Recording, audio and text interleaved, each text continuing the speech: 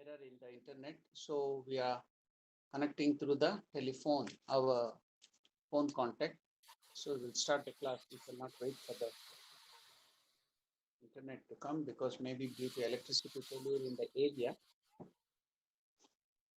Reverend Maharaj, the connection is clear and we can hear Maharaj clearly as well. Thank you, Maharaj. Okay, can I start now? Yes, Maharaj. Thank you.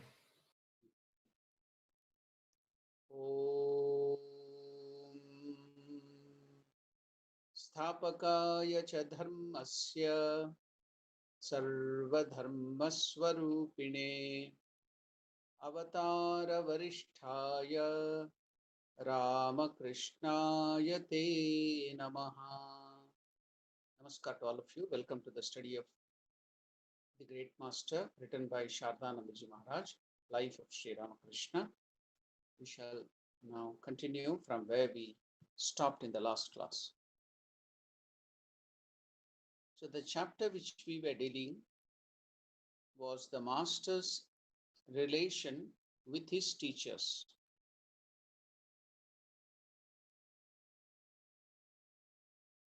So now Sri Ramakrishna, after finishing the discussion on his Guru, that is Bhairavi Brahmani, now he is telling about his Advaita Guru, that is Totapuri.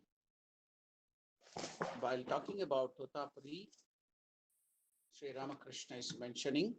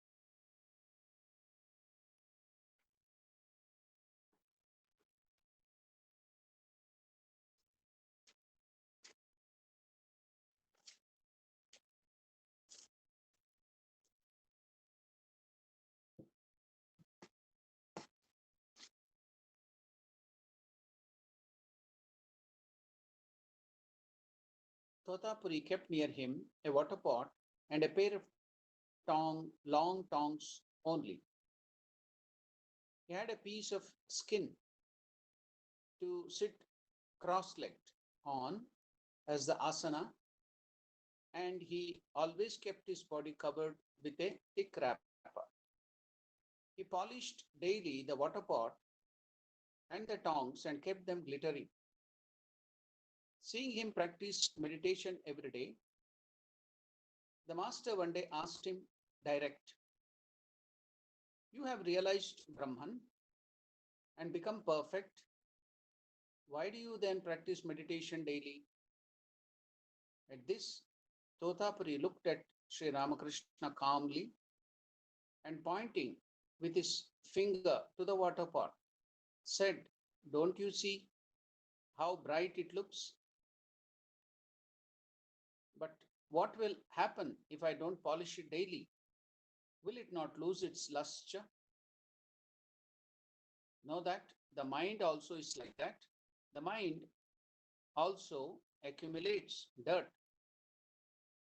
if it be not polished daily by the practice of meditation. Possessed of keen insight, the master accepted the opinion of his naked teacher, but queried, "What will be the case if the water pot be one of the gold? Surely it will not then become dirty, even if it not be polished every day." To which Totapuri smiled and assented, saying, "Oh, yes, it is true indeed." The master remembered all his life the words of Naked One regarding the utility of the practice of daily meditation. He quoted him to all of us. Shardanandaji Maharaj is telling, Ramakrishna used to quote this to all of us on many occasions.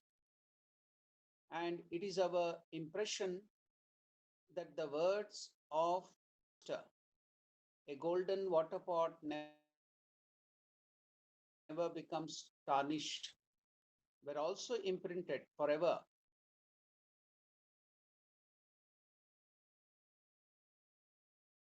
in Totapuri's mind, water pot.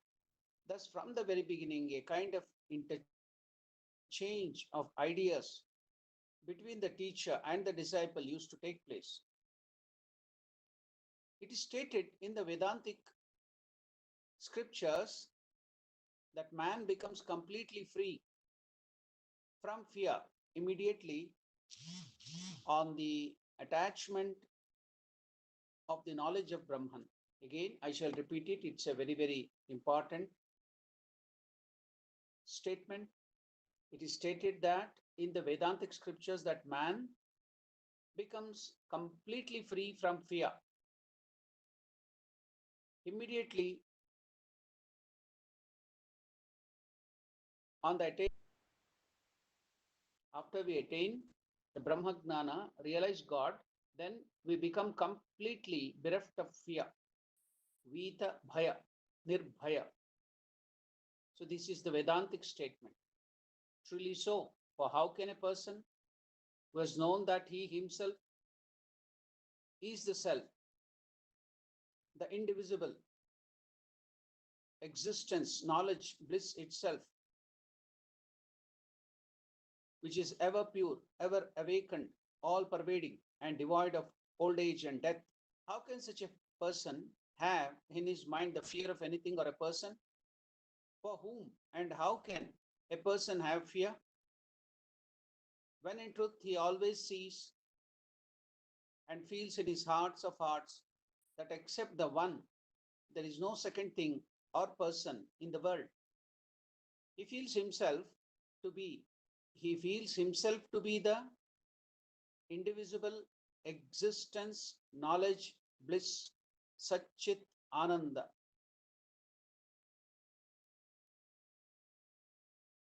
Itself, at all times and in all circumstances, whether eating or drinking, sitting or lying, sleeping or waking, he will be identifying himself with that Satchit Ananda.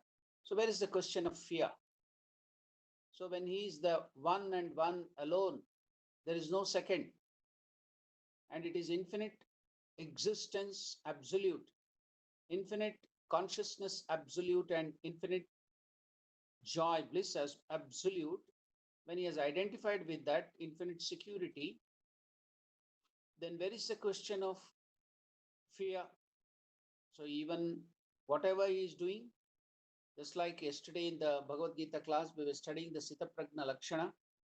As Arjuna has asked earlier, Shri Krishna, what is the characteristic feature of a Sita Prajna, realized soul, who has identified himself with Satchit Ananda?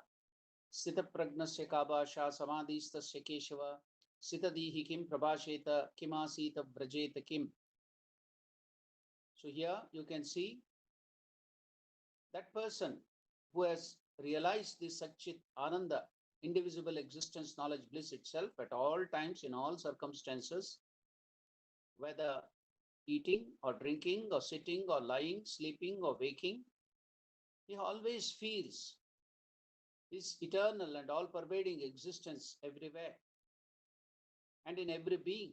He feels that he does not eat or drink, walk or rest or dream or sleep. He is always awake. He has no want or abundance. The important thing is he doesn't have any wants because he has reached the highest bliss.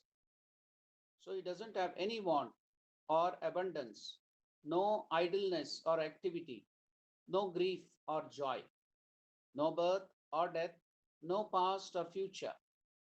In fact, he has nothing whatever which a man sees, hears, thinks, or imagines with the help of the five senses,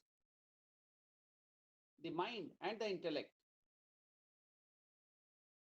So, with the help of the five senses, the mind and the intellect, whatever he sees, whatever he does, he doesn't have any connection with that.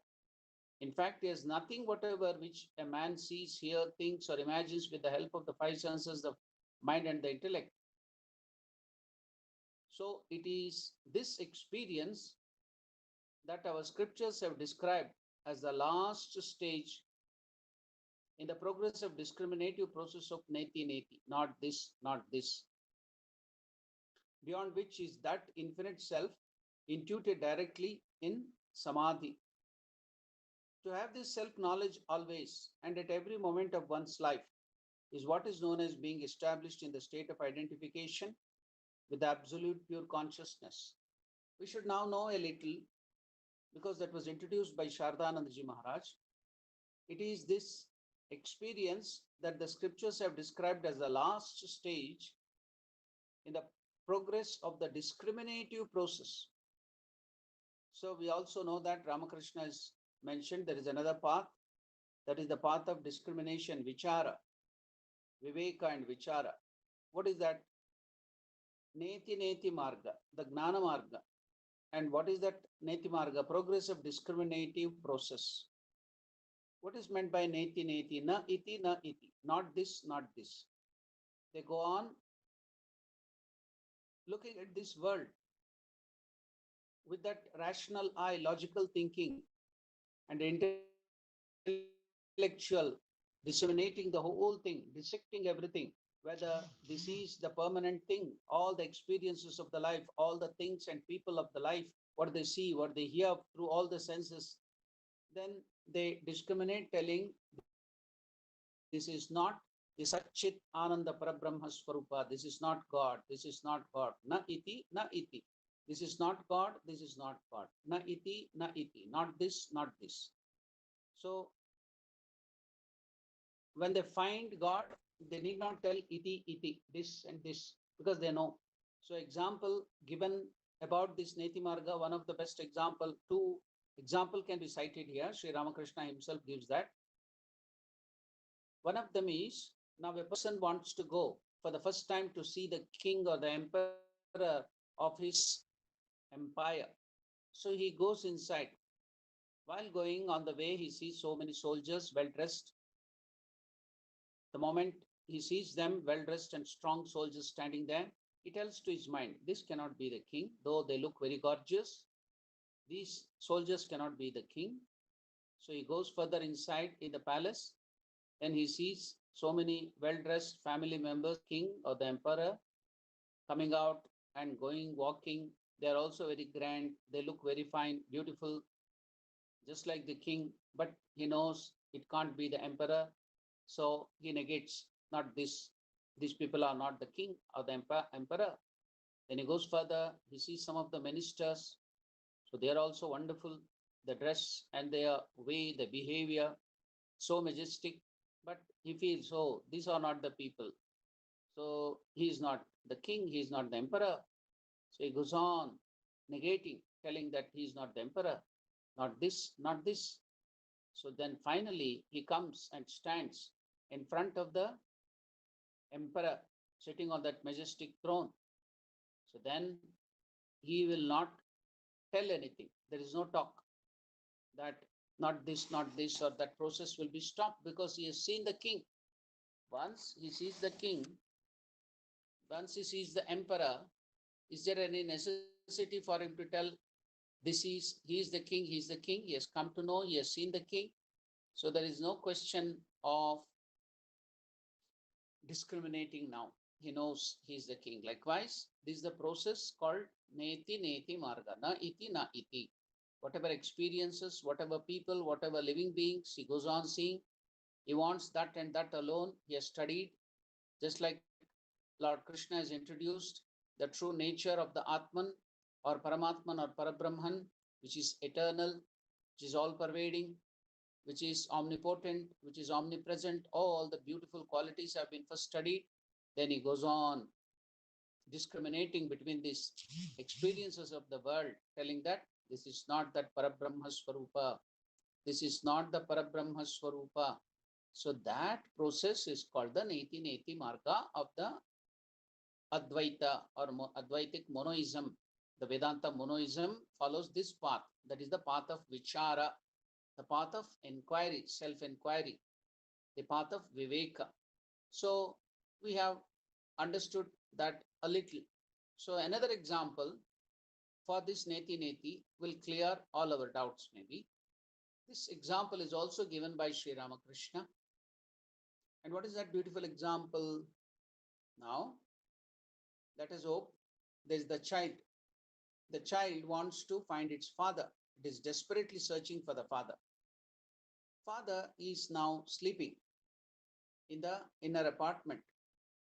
So now let us take it either as the father or as the some worker has come to his master. He wants his master. So now either that child or that servant goes on searching for the master. He doesn't know where the master is. So he searches and searches, and finally he comes to a very dark room. So in that dark room, everything is put off because the master is sleeping. It has been made dark everywhere. So it is pitch dark inside. He cannot see anything. So as soon as he enters inside, it is so dark. Then the movement of that person becomes so slow. The worker or the child goes on touching, goes on feeling for things. The first he may touch the flower vase. When he touches it, he knows that is not the master or the father, and he tells, not this.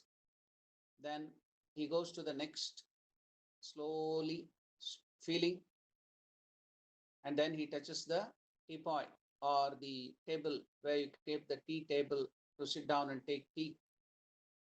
He touches it and he tells, oh, not this. This is not my master. This is not my father. Then he goes a little further. He touches the chair. He tells, oh, not this. Then he goes still further, the bigger table where the master reads. He tells, oh, this is not my master. So likewise, he goes further to the easy chair where the master always reclines and thinks or relaxes. Then that moving easy chair he touches and it tells that this is not my master, this is not my father. Then he further goes forward, goes to the cot. Then he touches that instrument or the wooden or whatever the material with which the cot is made out of. And after touching it, he feels, because he can't see, it is so pitch dark, he can't see anything, just he has to feel. So he's feeling, oh, this can't be my father. It can't be my master. Then he goes still further. He touches the bed. This is not my master. Then he goes further. He touches the bed sheet. This is not my master. Then the blanket covering the master. This is not my master. The quilt, not my master. He touches the pillow, not my master. Then finally, when he touches his master or his father, there is no need of telling, oh, this is my master. So the child or the servant become happy, very happy. So this process, this example is given by Sri Ramakrishna so that even an ordinary person can understand what is this Neti Marga. Otherwise, to understand that it is very, very difficult. And Sri Ramakrishna has given so many simple examples which even a common man, a ordinary man, uneducated, unintelligent, can easily understand the highest Vedanta. So after reading the Gospel of Sri Ramakrishna or the life of Sri Ramakrishna, that aspirants will start feeling that he is no less than a great scholar. So he will have, by the time finished the life of Sri Ramakrishna and the Gospel of Sri Ramakrishna, will feel so confident about himself that he is in no way less than the very great scholars and pandits. So even without reading all the scriptures, even without going through all the tough grammar, the logic, and so many other difficult things, he has come to know the essence. That is the speciality of the Avatara Purushas. That is the speciality of the incarnations. So that is the process. Now we have come to know about this, not this, not this. It is this experience. So they go on, people in this path, they go on negating. This is of the world. This is the temporary thing.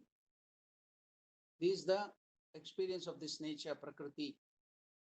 All these enjoyments, all this body, all these experiences, all that we see, we hear, that cannot be, it is fleeting, it is temporary. This doesn't, it is not the Parabrahman, it is not God, it is not consciousness. So they go on discriminating and negating everything. Then finally they reach, after so much of negating all the things, the mind becomes pure and it comes to the Parabrahma. They go within their own heart, find that Parabrahma or Atman.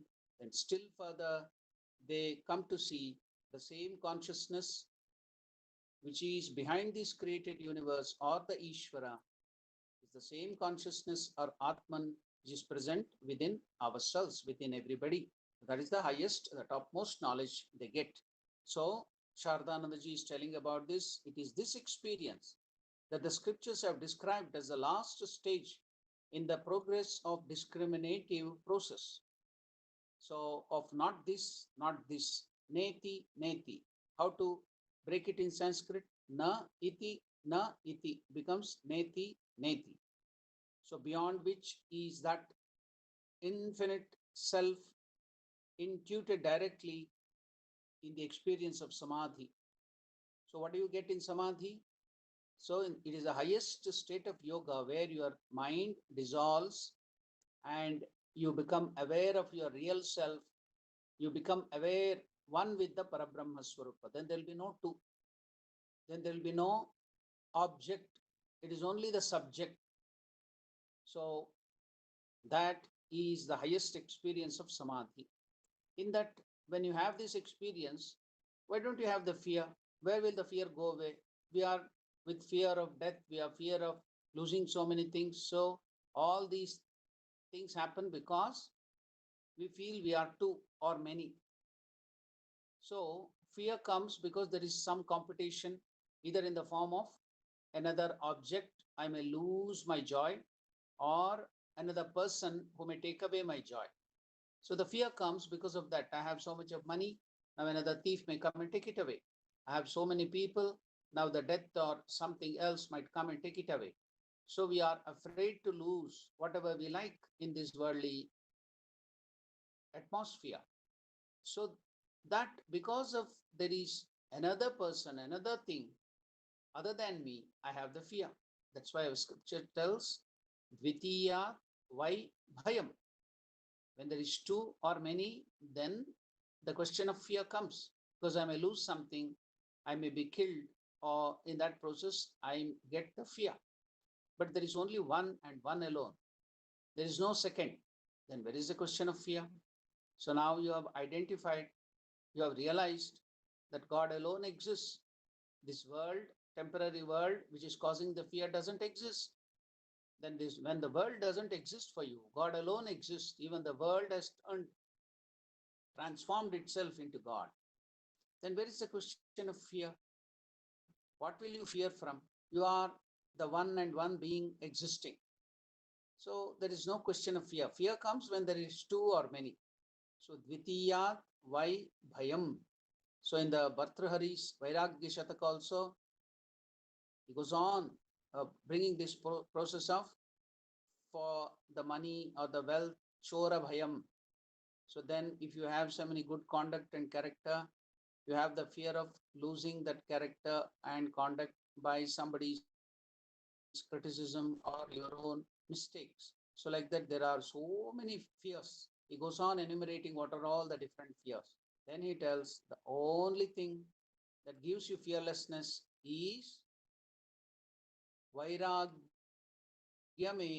bhayam. So that is the last conclusion of Bhartrhari in one of the verses in the Vairagya Shataka. There are so many other Shatakam is 100 verses are there. So out of that, somewhere in the 56 or 60th verse, you get this one. Vairagyameva bhayam. I can get you the details. I've already copied it. That notes is there with me. I can give you that. Vairagya Shataka. Of that Vairagyameva abhayam. Vairagyam eva abhayam. What is Vairagya? The renunciation. Giving up of everything for the higher thing. That alone can give you real fearlessness. The more you possess, the more you have many external things of fear, whether good conduct, whether punya. You may be having the fear of losing your punya by your bad karmas. You may be having the fear of losing your name and fame. You may be having the fear of losing your near and dear ones, your money, your property, all the things. But in Vairagya, giving up all those things, you have the real fearlessness. So one simple example can be given. There was one great saint in India. His name was Purandara Dasa. So he was one of the richest person of that empire, Vijayanagara Empire. So now he was called as the Navakoti Narayana. Navakoti means 9 million or 90 million. 9 means Nava. Koti means 10 million. So Navakoti Narayana. He had so much of at that time. He was during the time of the Vijayanagara Empire, long back, maybe some 500, 600 years. He was the richest person of that kingdom. So he, amongst the best, just like now we enumerate in this world, there are so many billionaires, millionaires. So in India, there are so many 70 or 100 or even more millionaires. In the world, there are so many great billionaires, and their value of their this thing will be calculated, and the people will be going on changing their position, the topmost. So some of the Indians were in the top, this thing, then Tesla overtook them, then Amazon overtook them. Again, these people will come back. So it goes on like that. So the rich people will be given their position, the richest person. So Anil Ambani was the richest person. Again, he lost his place. So it goes on. So now it is all temporary thing.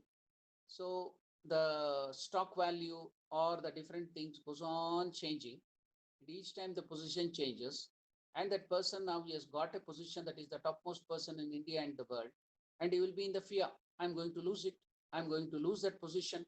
So he will start doing so many things to increase his wealth. So fear comes again. So you can see how fear will cause you. So now this great person called Purandara Dasa, earlier his name was not Purandara Dasa, he was called Navakoti Narayana. His name was Narayana. So now he was having all this fear of losing the wealth, name, fame, that and this. The king may get angry sometime, then he may punish him, he may jail him, so then he will lose everything. So all that fears would be there. Then finally, a very, very strange thing happened. the Lord Narayana, out of his grace, wanted to change this person into a devotee. So he came there as a poor Brahmana and asked him, I want some charity, I want some money to perform the uh, Yagnopavita Upanayana ceremony of my child. Can you give me some money? Lend me some money.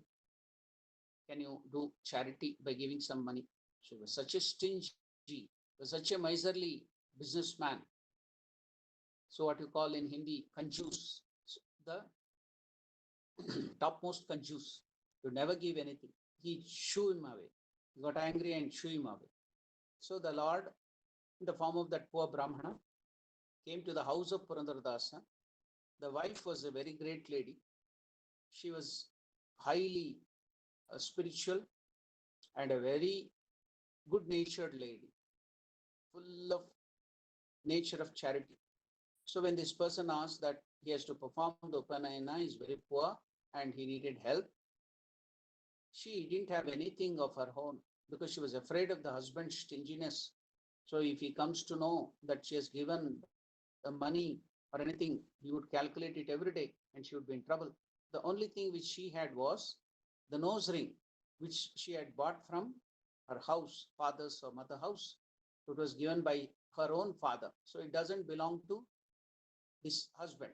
So she had the liberty to give that.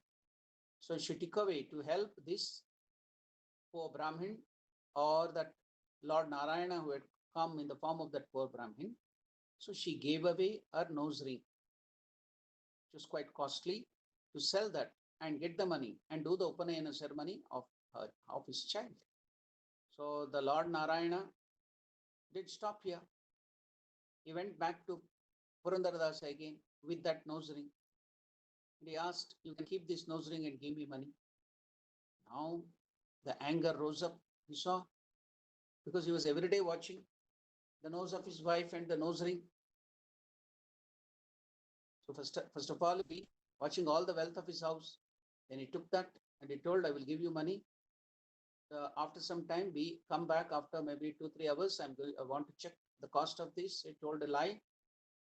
He was very much upset. He was so anxious. So he kept that nose ring in one small box, locked it. Then another box, locked it. Another box, bigger box, locked it.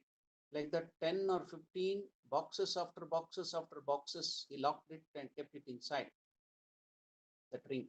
Maybe there were 15 boxes inside and it was all the boxes were locked. And the smallest box contained this nose ring. So he kept it safely and closed the shop and went to his house and he started knocking the door, shouting at the house, at the wife. He was so angry. He would have beaten her or he might have killed her. So he was so angry. Now, while he was knocking, now this wife became anxious and also afraid. My husband may come inside and get angry, maybe beat me or kill me because of his stinginess. So she thought, this is the time I have to end my life. I can't face my husband now. So she took one poison and was about to put it into the milk or something and drink it and die. So she was all making ready outside the door. Purandara Dasa or that Navakoti Narayana is banging the door. He wants to enter, force enter into the house. But by the time this lady inside, the housewife, the great and good, very good lady, she now was about to drink that poison. And suddenly from nowhere, that nose ring fell into that cup of poison. The Lord manifested that ring into that cup, poison cup. She was so happy. She took that nose ring. She knew that that is the reason that the husband has come and is banging. So she wore it. She came back and showed it to the husband. The husband now couldn't punish or do anything to her because he himself has tested. Nobody can deceive him. He sees that nose ring again back. Then after coming to know that, he ran back to the shop, his business house there, and opened all that 15 box. And he sees that that nose ring is not there. What could be that? Who could dupe him? Who could, deceive him in this fashion? Then the Lord spoke. Purandara Dasa, Navakoti Narayana, all this world is temporary. Dedicate your life not for this worldly wealth, dedicate your life for me. Then he was transformed. Nothing is permanent. Then he became a very great devotee. Then after that, he gave up everything. He donated, he did charity of everything, all his wealth. He didn't keep even one thing in his house.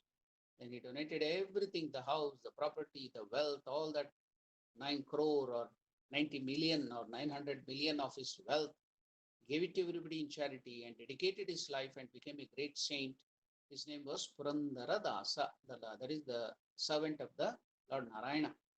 So while now he gave up everything in charity and coming with his family to meet one of the Guru, the great Guru, a realized soul in the Madhva Sampradaya, in the Dvaita Sampradaya, that is the lineage of Madhvacharya. So he wanted to meet that great realized soul, that is the Guru called Vyasaraya or Vyasatirtha. So on the way in the forest, suddenly the wife started feeling fearful, afraid of something. What if the thieves come and attack? What if something is going to happen? Then Purandaradasa asked her, why are you so afraid? What is making you anxious? I don't know. I'm feeling so afraid that the thieves may attack us. Something may happen. Then he could know, he could gauge it. He was very intelligent. He told, did you bring something with you? We all donated everything. We didn't even keep the smallest dime or the cent. We donated everything and we are dedicating our life to the Lord. There is no question of fear. Have you bought something? Have you kept secretly something, some wealth? She agreed, yes. Stealthily, I kept one golden pot, a small golden, very small pot, golden pot, so that in emergency we may need it. Then Purandaradasa told, yeah, that is the reason of your fear. Come on, give it. He took it and threw it away. See, now your fear is gone. So you can see the great statement of Bhartrhari, Vairagyam eva abhayam, renunciation, the highest renunciation is the only thing that can give you real fearness. So when you have the highest renunciation, give away all the joys, all the desires, then what finally remains? He is the Lord and Lord alone. So when you identify yourself with the Lord by that highest vairagya, renunciation, dispassion, detachment, then you lose every fear. There is no question of fear at all because you have become one with the Lord, one with the infinite bliss, one with the infinite consciousness or knowledge, one with the infinite existence. So where is the question of fear? Vairagyam eva abhayam. Renunciation, detachment, dispassion. The true dispassion alone can give you real fearlessness. So Shardanandaji Maharaj is telling it is this experience that the scriptures have described as the last stage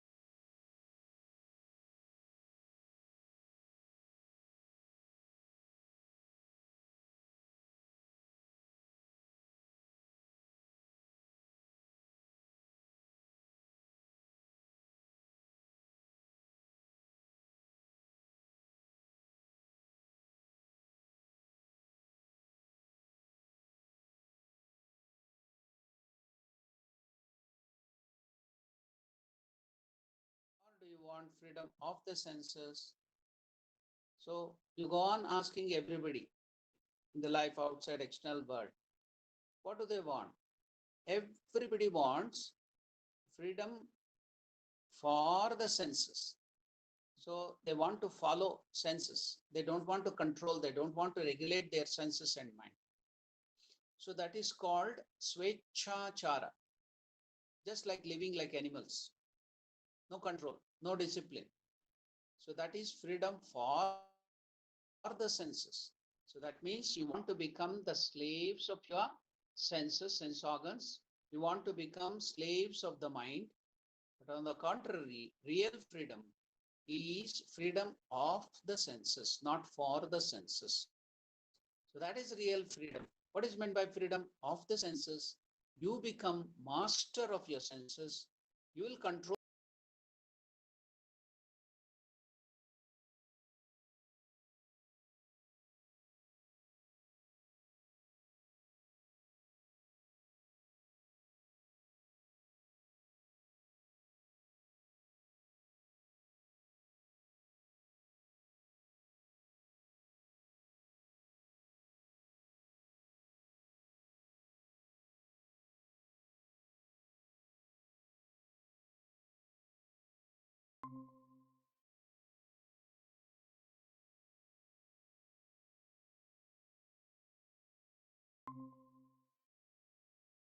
political freedom. Are you still free? Now the multinational companies are controlling you. The credit card company, the telephone company, the phone is controlling you, the television is controlling you, the laptop is controlling you, the iPad is controlling you, the internet is controlling you.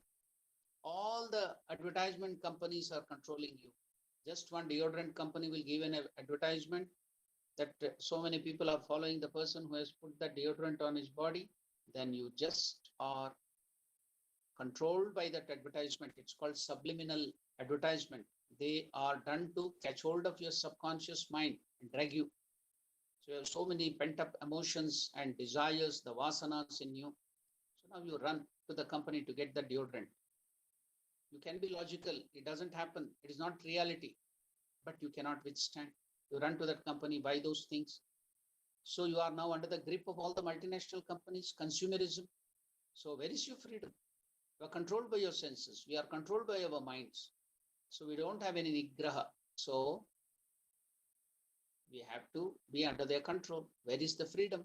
No freedom at all. We are under the control of the money, the politicians, the ministers, the workers, the officials, everybody are controlled by the money. Just for some extra money, bribe, they just can do anything. They can sell their own family, they can sell their country, they can sell everything, integrity. So where is the freedom? Real freedom is in the renunciation. Real freedom is in detachment and dispassion. Real freedom is in realizing God, becoming one with that infinite knowledge, infinite bliss, infinite consciousness. That is what Shardanandaji Maharaj is telling here. So then and there arises, after identifying yourself, established in the state of identification with the absolute pure consciousness. And as soon as one is so established in that, there arises the experience of real freedom from all bondages whatsoever. Then only you can get real fearlessness. Then only you can get real freedom. The master used to say, Sri Ramakrishna used to say, when a jiva, that is when a living being, jiva means living being, any living being, realizes this state of being completely, when a living being realizes the state of being completely one with the consciousness, his body continues for 21 days only. When it falls off like a dry leaf, or in other words, get destroyed. Then hearing that for the first time when I read these things, statement of Ramakrishna, I got afraid. You get that Brahmagnana, then I'm going to lose my body, because so after 21 days, it is going to get destroyed. So I don't want this samadhi as a small boy, As a small child, I used to wonder, I don't want to die. Why should I have this highest knowledge? Then the body will go away, so much attachment to the body. As and when we go on progressing spiritual life, when we come to know nothing is there in this body, then when we come to know the reality, the truth, the highest freedom, then gradually we lose that fear. So that fear in the beginning was there. Everybody, even now, if you have heard this for the first time, Ramakrishna is telling that after having that higher state, when a jiva, when that living being realizes the state, highest state of being completely one with the consciousness, his body continues for 21 days only. When it falls off like a dry leaf, or in other words, get destroyed. Why should it get destroyed? Because this body is the product of karmas, punya and papa karma. So now, when you get the highest, why do we have this body? This is an instrument to realize God. When the work of the instrument is over, when you finish the work, what will you do? Then you don't need that instrument, you throw it away. Similarly, this body of ours is to realize God the highest, but we are using it for the wrong purpose of enjoyment and sensual gratification. So when you get the highest, whatever the sense gratification can give, so millions and billions times greater goal of life, highest thing can be got by God realization, identification with the higher consciousness. So when you get the highest, then what is the need of this body? You will have a pen if you have to write. But once you don't have to write, you are always typing. So you have found out some more new things. Even on the computer, if you think or if you tell something, it goes on writing, typing itself. So in future, so many things may come, whereby you just command something, tell something, the computer itself will start writing. Then there will be no need of the keyboard too. Keyboard will be lost. You already lost the touch of handwriting. Now, in the childhood, we are made to write the copywriting. So with so much great care, the parents and the brother or the sister or the teacher make us write so many pages of copywriting. To write it again and again to perfect our handwriting. So by the time we come to the high school or the college or the graduation, it is finished. There's no need. We get the computer. Now, no, all that we have put it effort, all that so much of effort to purify our handwriting is all gone. No more use of handwriting because the keyboard has come, only typing on the keyboard. Now this may also go away keyboard. Just you tell something, then that will type itself and the letter will be there. The correction is done. There is no need of, there will be grammar check, spell check, everything is there in the computer. So even calculation, so now you forget the division, you forget the subtraction, you forget addition. You ask any people now, come on, tell me the multiplication table. They cannot tell even up to 10. They've forgotten because they're not using that faculty. Likewise, you yourself see, you give up everything because you are going to the higher things now. So tomorrow this keyboard also will be of not use. Then next, because when you tell something, it is writing. Future, you may get that if you think something, it will write there. Even if you think in your mind, that will be written there. It can type itself. So when as things go on higher and subtler, the lower things falls off. Then what is the need of your body? Your need of even the mind is not there. The grossest form of the mind is this body. So when the mind itself is not necessarily there in that higher state, the mind, ego, everything gets destroyed. Then what is the use of this body? What will you have this body for? The work is done. So Ramakrishna used to give the example, beautiful example. In India, they have the system in the villages. They dig the well for water, underground water. Because we have the present day, the modern machineries like the bore well, the borehole digging machines. But in those days, and even in some part of India, the farmers are poor. They can't get that thousands of rupees or millions of rupees to get a borehole. So what they do, the family or the friends, they come, they dig. I've seen recently when the the COVID started. So one lady, somewhere in Karnataka, Shirsi, that middle-aged lady, because of the coronavirus, everything had stopped. So she couldn't get water supply to her garden, and she was in the farming business. The whole family was doing this farming. No water supply because of the coronavirus. Everything stopped. No electricity. Now she needs water. What is to be done? Then she alone. She didn't even take the help of the husband, who was quite old and unable. She didn't ask for the help of the children. They had their own families. She herself started digging the well. After some months, she did, maybe she went deeper to the extent of some maybe 40 or 50 feet. And she built her alone. She built a well, and then she could get water for all her garden, and she started gardening. Within 4 or 5 months, she alone, a woman of middle age, without the help of any man, she built a well. So now, while you are building the well, you need basket, made out of this bamboo or the plant, to put the mud and carry out the rope, and there will be some pickaxe and other things to dig.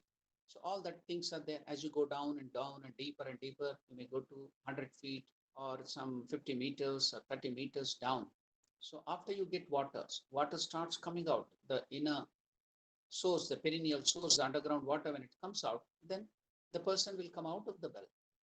Then now it is difficult to carry that heavy weight of that pickaxe and that basket, and because the work is over. They don't need that instrument any more because the well is over. You got the water, and these instruments are useless for them now. So they will just throw it away in the well, and they themselves will come back without these instruments and implements because the work is over. So likewise, when you have finished, when you got the highest goal by which body can be used for, the mind can be used for. When you got the highest, the God, you have realized the highest, the consciousness, infinite bliss. What is the use of this body? What will you keep this for? It is an obstruction. It is a hurdle now. You cannot enjoy that infinite bliss if you have this body. What will you do? You just throw it away, just like the instrument, you threw it away.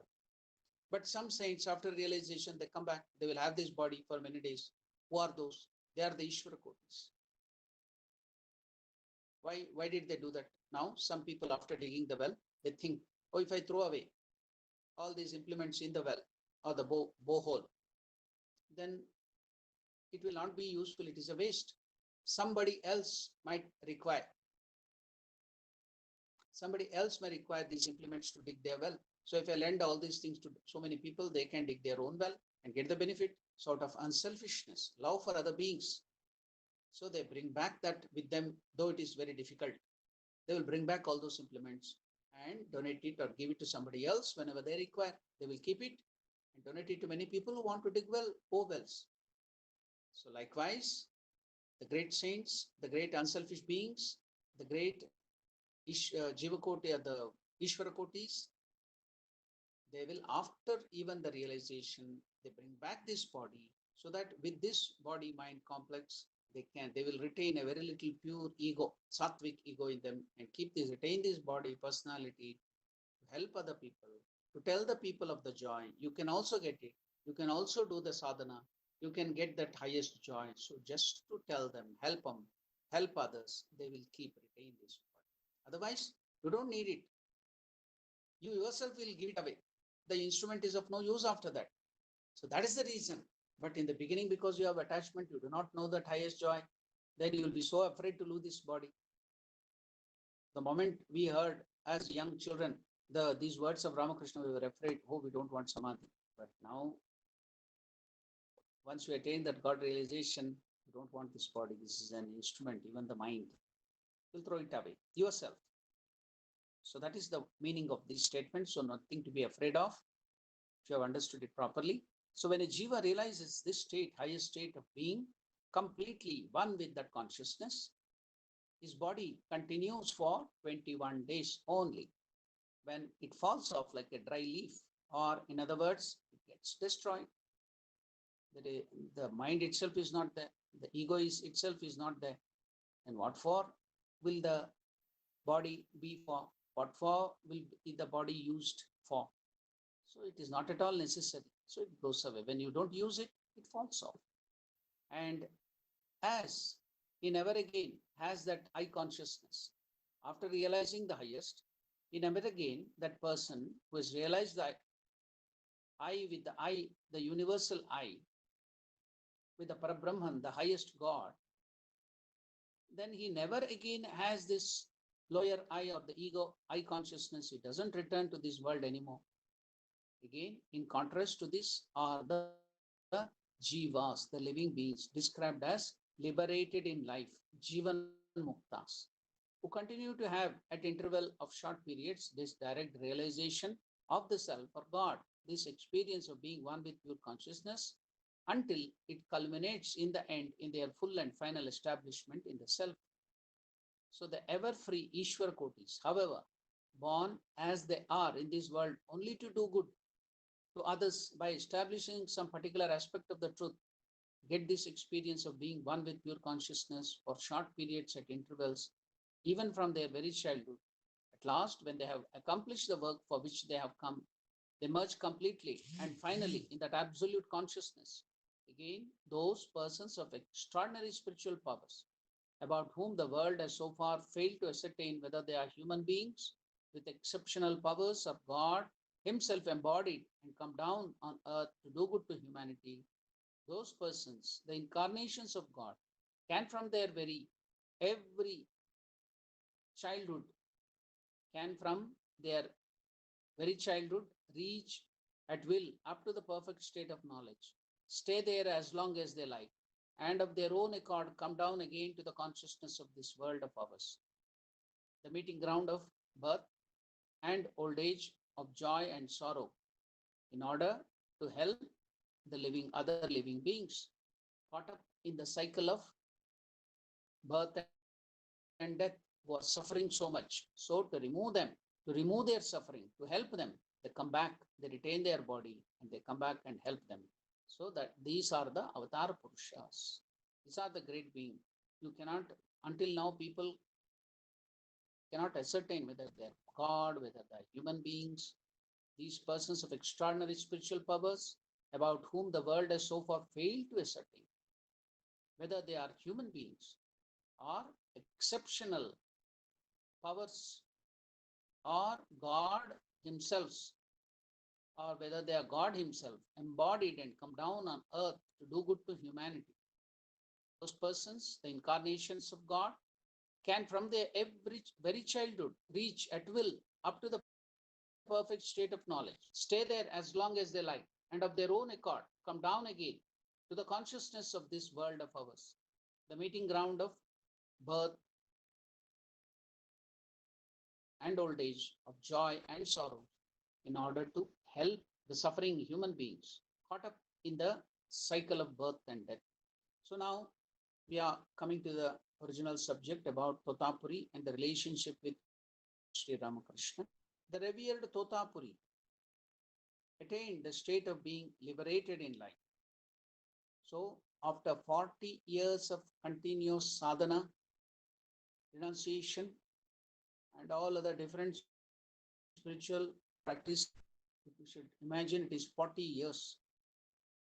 Revered Totapuri attained that state of being liberated in life, mentioned above, as a result of austere spiritual practices for 40 years. And this was why no action of his, like eating, resting, sleeping, wandering, etc., was like that of the common run of human beings. Like the eternally free wind, without any restraint, he used to roam about freely from place to place. Just yesterday, we discussed about one verse, the 69th verse of the second chapter, where Lord Krishna is explaining about these great souls, the realized soul who have realized Brahman. They are called, according to Krishna, they are called the Sthita Prajna or Sthira Prajna. So what is he telling about their nature, the characteristic feature of them? About them, Lord Krishna in the 69th verse is telling, I described about that just yesterday. Yanisha Sarva Bhutanam Tasyam Jagarti Sanyami.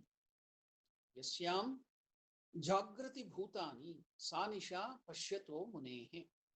What is the meaning of that? That which is night to all beings. That which is night to all beings. Therein the self-controlled one, the yogi, the Sanyami, the self-controlled one, he keeps awake. That in which all the other ordinary living beings are awake is night to the sage who sees. So now Krishna makes a wonderful, staggering statement. What is that? What is the night to all beings, the worldly beings? Is day to self-realized sage, the self-controlled Sayami, the yogi. What is day to them is night to him. Such seemingly inconsistent statement appear in other parts of Bhagavad Gita as well. So paradoxical statement will be given, opposite things. So they help to heighten the listener's attention, particularly to emphasize an important subject. That method is used in our scriptures. Lord Krishna is using the same method. The experiences of the ignorant man of the world and a man of enlightenment are as widely divergent as night and day. A self-realized sage, a Sanyami, a yogi, ever awakened to the supreme consciousness, lives a life of infinite knowledge and bliss. The beings of the world know nothing of such a life. Instead, they are attached to and involved in the world, always aspiring for the puny little joys. They are caught up in the web of perceptions and actions of the body, feelings and emotions of the mind, and thoughts and ideas of the intellect. They are controlled by the senses and little puny joys. So their whole life revolves again and again. Just to get a gram, an ounce of joy, they drown themselves in ocean of misery. So this involvement fetters their lives with limitations and restrictions. They suffer from mental agitation and agony and sorrow. Such a life is dark to the liberated soul, enjoying supreme peace and bliss. It does not know what is bondage. It does not know what bondage is, a worldly involvement. Thus, experiences of the sage and other ordinary beings are diametrically opposite to each other, though they look like human beings, similar, but their experiences are diametrically opposite to each other. Two different worlds, as it were. One of an infinite, changeless, imperishable nature, the other a finite, changing, and perishable nature. Now you can see Totapuri is in this state. The highest state was realized, who is a Sanyami, as Krishna calls the great yogi, was realized that infinite consciousness. So now Totapuri, the revered Totapuri, attained that state of being liberated in this life, Jivan Mukta. I again and again tell that writing on the board in Cape Town, petrol bunk or the garage. So there is a petrol bunk or a garage there in Cape Town where there is a board. They write beautiful sayings there. Somebody had taken the picture of that saying and sent to India, or it may be sent to some other country. Finally, it reached India, and from India. Now I am living in South Africa. I got that message some years back in South Africa. From Cape Town, South Africa, that message went to different part of the world, went to India. From India, I got it back again. And what was that beautiful message? We traveled so far and wide all over the world and came back to me. So it was written. After that, all the, especially among Christians and Islamic people, the Semitic religion, they have these graves. So on the grave, it will be written RIP.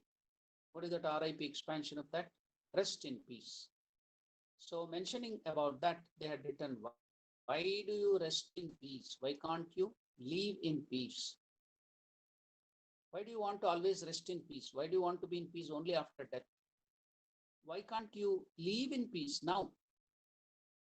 So we don't want to live in peace now at all. We just want quarrel, fight for petty things and die, and we want to get peace after death. How can you get peace after death if you have lived in this world without peace and fighting? So even while living, you can become liberated. They are called Jivan Mukta. So all our aim is we should get liberation or heaven after death. Why can't you get liberation now? Why can't you create heaven in this world now? Why can't you live in peace? Why can't you get liberation now? It can be had. There are people, they are called Jivan Muktas. So liberated in life. That is Sharadanandaji is using the term liberated in life, Jivan Muktas. So this revered Totapuri attained that state of being liberated in life. Even now, that very moment is liberated. So they are called Jivan Muktas. So Jivan means while living. Mukta means free, liberated in life. Mentioned above as a result of austere spiritual practices for 40 years.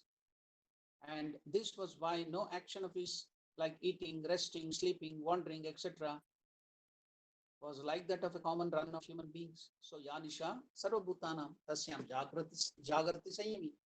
So nothing was like any other common people, all his practices. And this is why no action of his like eating, resting, sleeping, wandering, etc. was like that of the common run of the human beings.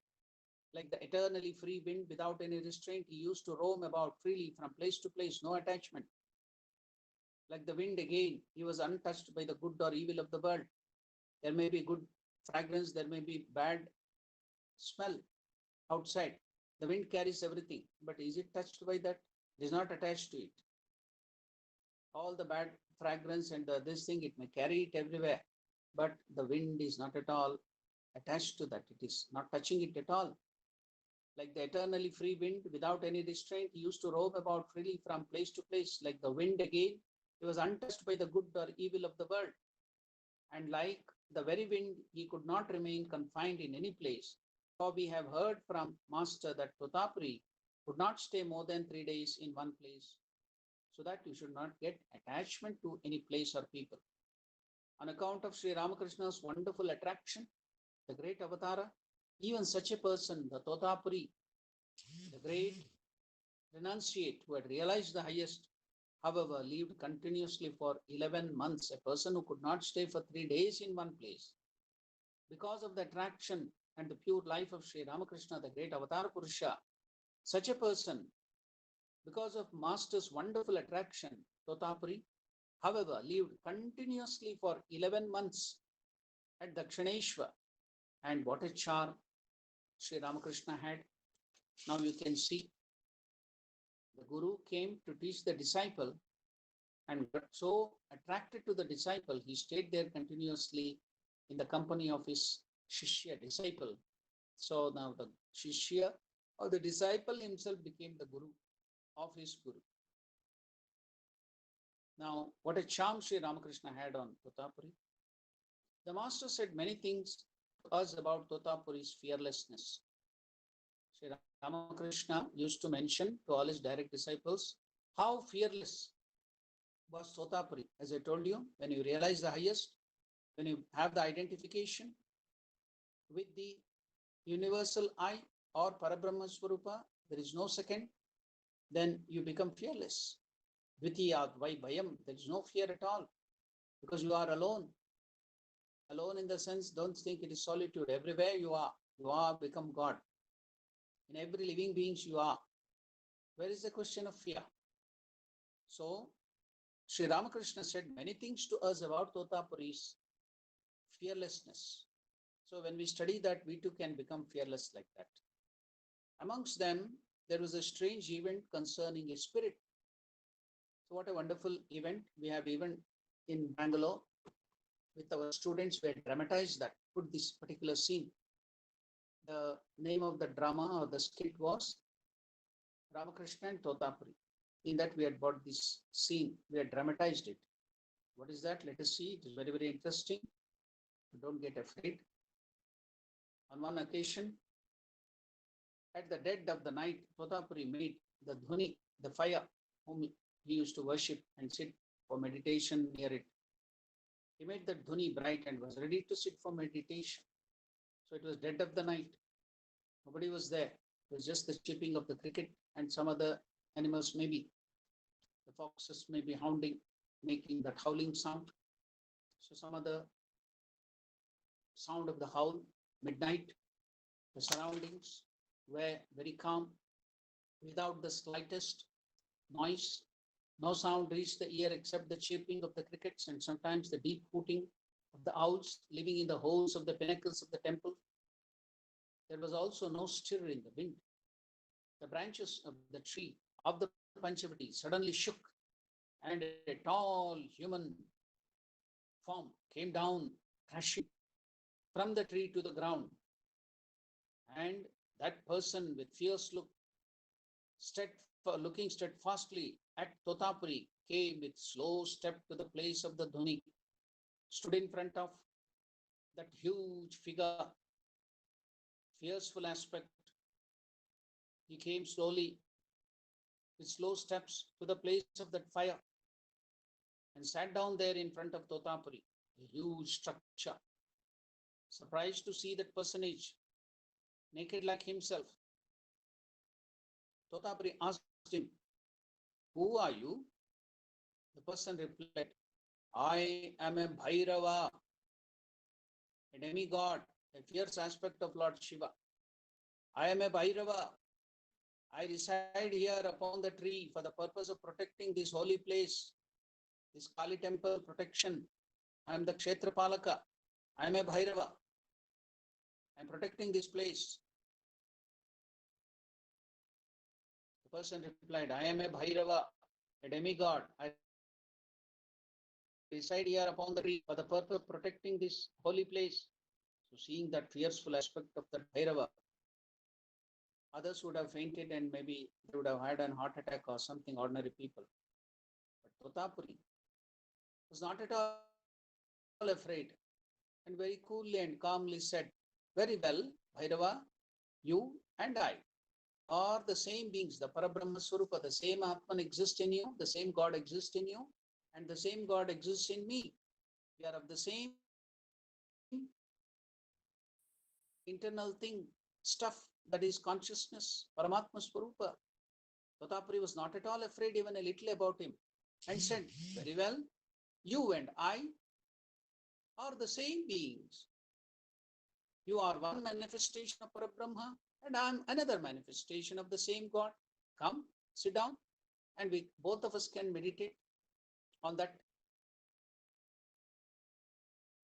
Parabrahman. Come, sit down. Let's meditate upon that Parabrahman." Now, the person, the Bhairava, laughed out and vanished as it were into the thin air. So the naked Totapuri also was not at all perturbed by this event. There is a question of fear. The same Parabrahman has taken that form of the Bhairava. He came and vanished. No impact on the mind of Totapuri, no fear. So Totapuri was not at all afraid and said, "Very well, you and I are the same being. You are a manifestation of one manifestation of Brahman, that same God, and I am another manifestation of the same God. Come, sit down, and both of us will meditate on that Brahman." Hearing those, maybe Bhairava himself might have got afraid of this Totapuri. He is not at all afraid of me, my fearful looks. It is asking me to come and sit and meditate on the Parabrahman. So that that ghosts, demigods, they laugh very in a vikrita way, in a bad way they laugh, in a fearful way. So the Bhairava laughed out and vanished as it were into thin air. Suddenly disappeared into thin air. Now Totapuri also was not at all perturbed by this event. When he went away, he applied his mind to meditation. The next morning, Totapuri related the incident to Sri Ramakrishna. The master replied, yes, it is true. He lives here. I have also met him many times. He has given his vision or darshan to me many times. Sometimes he used to come and predict certain future events. He prophesied so many events to me. At one time, the British company, East India Company, Government of India, tried to acquire the whole plot of Panchavati for the purpose of building the military powder magazine. Hearing of the proposal, I was much worried lest I should lose the opportunity of sitting and calling on Divine Mother in this place, away from the noise and turmoil of the world. Mathur instituted a case against the company on behalf of Rani Rasamani to prevent the acquisition of the piece of land. At that time, one day, I saw the Bhairava because they were the rulers. They could do anything. Nobody could stop. They could easily have acquired that Panchavati and made their military garrison or to prepare that magazine powder, the gunpowder, the explosives. So now, Mathur Babu instituted a case against the company on behalf of Rani Rasamani to prevent the acquisition of the piece of land. For the British company, it was a cakewalk. They could just acquire it. At that time, one day, I saw Bhairava sitting on the tree. He said to me by a sign that the company would not be able to acquire that land. The English-British India company would be defeated in the case. But it actually came to pass. Bhairava predicted that. He was sitting on the tree and he told Ramakrishna, the British cannot do it. That is against the will of Divine Mother. It will not happen. So do not worry. We have not heard anything from Sri Ramakrishna about the exact place of Totapuri's birth in the northwest part of the country. It was known that Totapuri was born in the northwest part of the country, that is Punjab. But Ramakrishna had not told the exact place where in Punjab. The master also perhaps did not think it necessary to ask him about it. So we will study about that in the next class, because we have already completed our time. We have maybe another 3 or 4 minutes, so we can dedicate that time for question and answer. If you have any questions, if you have any doubts, you can ask.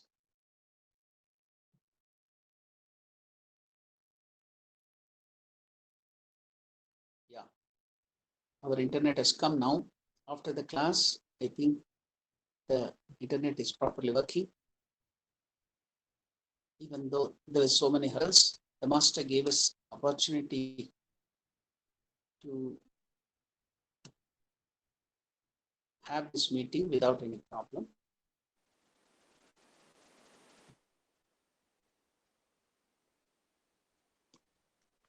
So if you have any questions, if you have any doubt, I'm joining this my computer with the internet.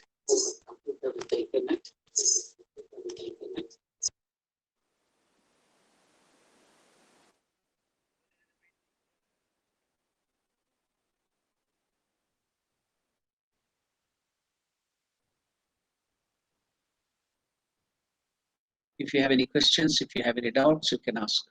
Now the computer is working, the internet is working. Maharaj, I have a question.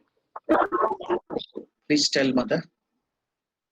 Maharaj, Ushas like Sri Ramakrishna, they were supposed to, they have set an example of how an ideal human should be, right? And yet they roamed around naked, like Totapuri and Ramakrishna. When they were in that high state, they did not care about where the cloth went. So that seems a little contradictory. Not at all contradictory. In that high state, now the baby, the child, you see Lord Krishna in his childhood, there is only one golden or thread around his waist. He's moving about naked. Lord Krishna with the butter running to all the houses as small child. The child is so free from bondages, doesn't wear any cloth. In your house too, the small children, everybody, girls and boys, when we are small, we run about in the house, no cloth on the body at all. The baby will not like to wear it, it will throw it away. So that is, they are so free. The children are like God. So they don't have bondage at all. So that is the state. So when he was in Samadhi, Sri Ramakrishna was in very high state. He stayed in 6 months for continuously in Samadhi, without food, without rest. 6 years he had not taken rest. So can you do that, Mother? Can you imitate that? 6 years he didn't sleep. He lost the capacity to wink the eyes. We take only this thing that he was naked. Why don't we take this other positive aspect too? So can we do the same thing? Can we take Ramakrishna's that higher ideal? He has shown the highest ideal. We can, the important theory behind that being naked is bereft of bondages, that's all. Just like the child doesn't have bondage. One of the vice president of our order, he was my Mantra Diksha Guru, revered Tapasyananji Maharaj, had told why Lord Shiva will be always dancing. Nataraja, you'll be always in dancing posture. So he's an ideal to us. So shall we be dancing always like Nataraja? Can we be in the dancing posture? Then he explains why Lord Shiva is in the dancing posture, Tandava Nritya always. Why don't we see the babies? The babies will be dancing their own dance in the house. As soon as they learn walking, they stand up on their feet. They will never stay at one place, they will be dancing. Always, they don't know any classical steps or anything, they will be dancing their own dance. So it is the dance of the freedom, no bondage. So nothing to hold them. When you grow up, you get ego. You are afraid of mana and samana, somebody, what may, other things. So then you become very quiet. But the children don't have any bondage to hold them. So they'll be dancing, jumping, they will be laughing, they'll be enjoying every bit of their life, no bondage. So Lord Shiva also, because he is the Parabrahma Swarupa, he doesn't have any bondage to hold him. So he'll be always in that dancing posture. So you have to read between the lines. You have to take that aspect. What if he is naked means no bondage. Even for puja, while we are sitting for puja, we are supposed to wear only unstitched cloth. So we have to wear only the uttari and other things during puja. What does that mean? So in an unstitched cloth, there is no bondage. There will be no knot. So we have to read between the line, take the essence of it. We are not supposed to imitate. Suppose if somebody tells you you should become brave like a lion or a tiger.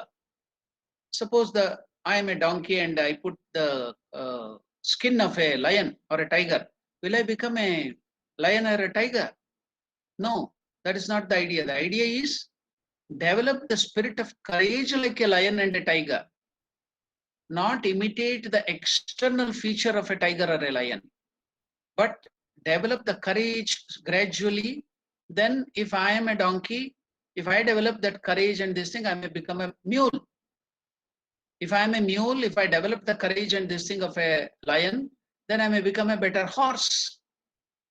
So that is the idea. To go to the next step, develop those qualities. They have done that in perfection.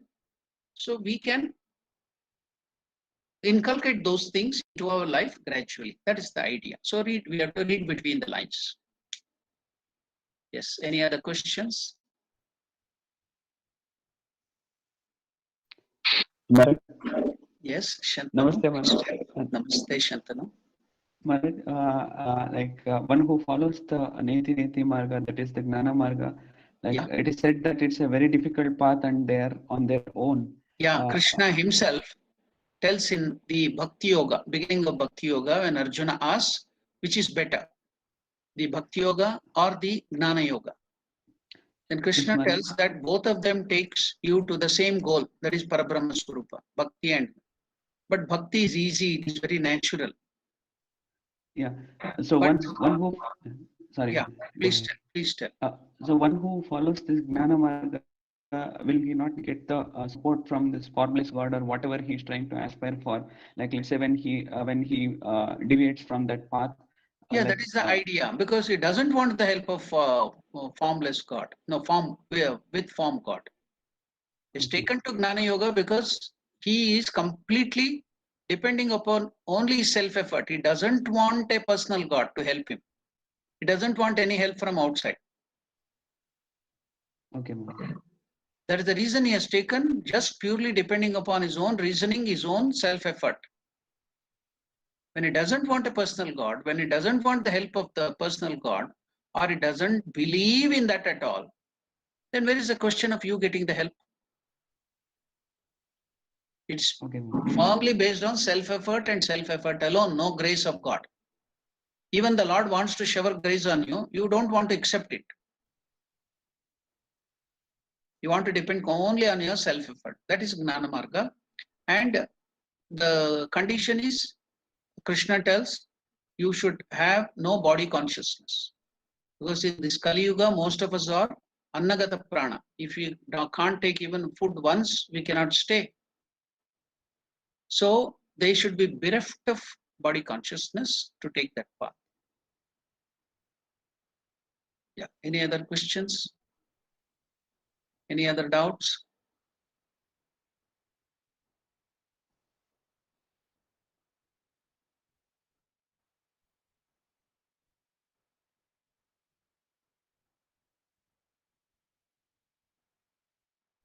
Okay. If you don't have any doubts or questions, I can conclude today's session with the closing prayer.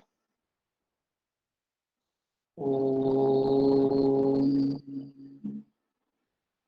Priyatam Pundarikakshaha Sarvayagneshwaro Harihi Tasmin Tushte Jagat Tushtam Prinite Prinitam Jagat Harihi Om Tatsat Shri Ramakrishna Arpanamastu. Namaskar to all of you. Om Namo Narayana.